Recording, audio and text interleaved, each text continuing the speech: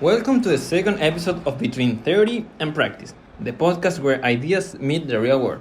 I'm Alonso. And I'm Daniel. Today we're answering a new question. But first, context. In class, we have been working with all the specialties that come into técnico profesional, that exist in Chilean education. Each group was thrown one of these areas, like a lottery. And now here comes the big question. The question is, how can English be taught in the given especialidad, and why did you choose those contents? Alright, I got agropecuaria, specifically vitivinicultura, which to be honest sounds very fancy until you realize it's basically vineyards, grapes, and yes, wine. And look, English here is unavoidable. Labels, experts, tasting notes, all of it is global.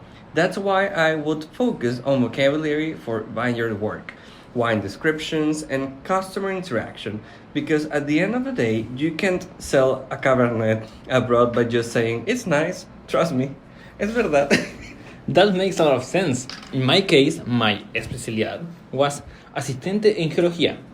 And here, English really is a language of science. I will focus on technical terms about rocks, minerals, and fieldwork. Students could practice describing samples, reading geological reports, or following safety instructions. Much of this knowledge comes straight from the international resource, so English is the tool to access it.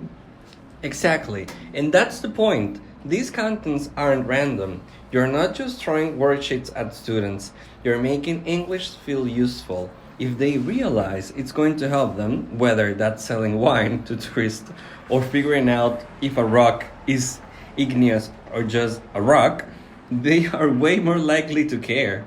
And that's where theory meets practice again. The bases curriculares give us the foundation, but adapting them to the especialidad allows us to design activities that are realistic, purposeful, and motivating. Right. English in especialidad has to mean something. The contents we choose should prepare students for their actual careers, not just another grammar test. And that's all for today's episode.